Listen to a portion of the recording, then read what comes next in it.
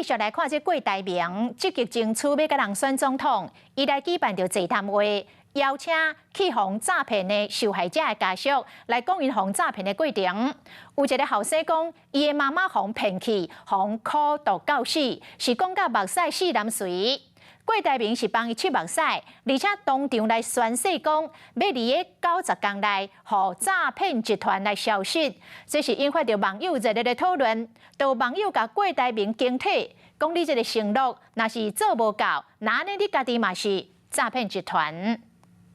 经过我哥的鼓励，但是我一直走不出来，我能怎么办？想着妈妈去诈骗集团拎着到死，后生参加郭台铭座谈会讲伊的心内话，挡袂着讲甲目眶红。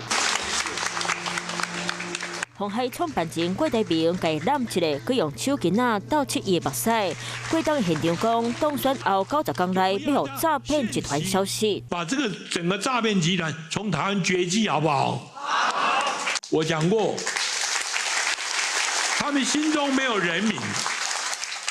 你们90天内要把诈骗集团从台湾绝迹，好不好？90天内解决，敢无可能？互网友讨论甲嚟噗噗，若做袂到，敢嘛变做是诈骗。内政部长林右昌公开进行含谷歌团队面会，希望当警察伫咧线顶的民间投资诈骗全部抓起来。打击诈骗，我们政府相关单位都很积极的在进行，我们共同努力来打击诈骗集团，而且让它消弭在社会。郭台铭嘛伫座谈会顶挑战政府人员政策，骂台湾当面对欠电，佮造成严重的空气污染，应该定启动核数。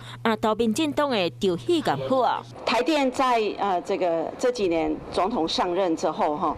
花了非常多的经费在改善这个空污的设施，有害的物质降了都超过60%以上。地方政府或者是大家有不同的意见。郭台铭面前选总统大会，甲来检验问题，等候执政党各部会还有期待准备好回答这问题。嗨，我是庄宇杰，想要看到更多的新闻内容吗？赶快订阅华视新闻的 YouTube 频道，并且开启小铃铛，跟着宇杰一起看新闻吧。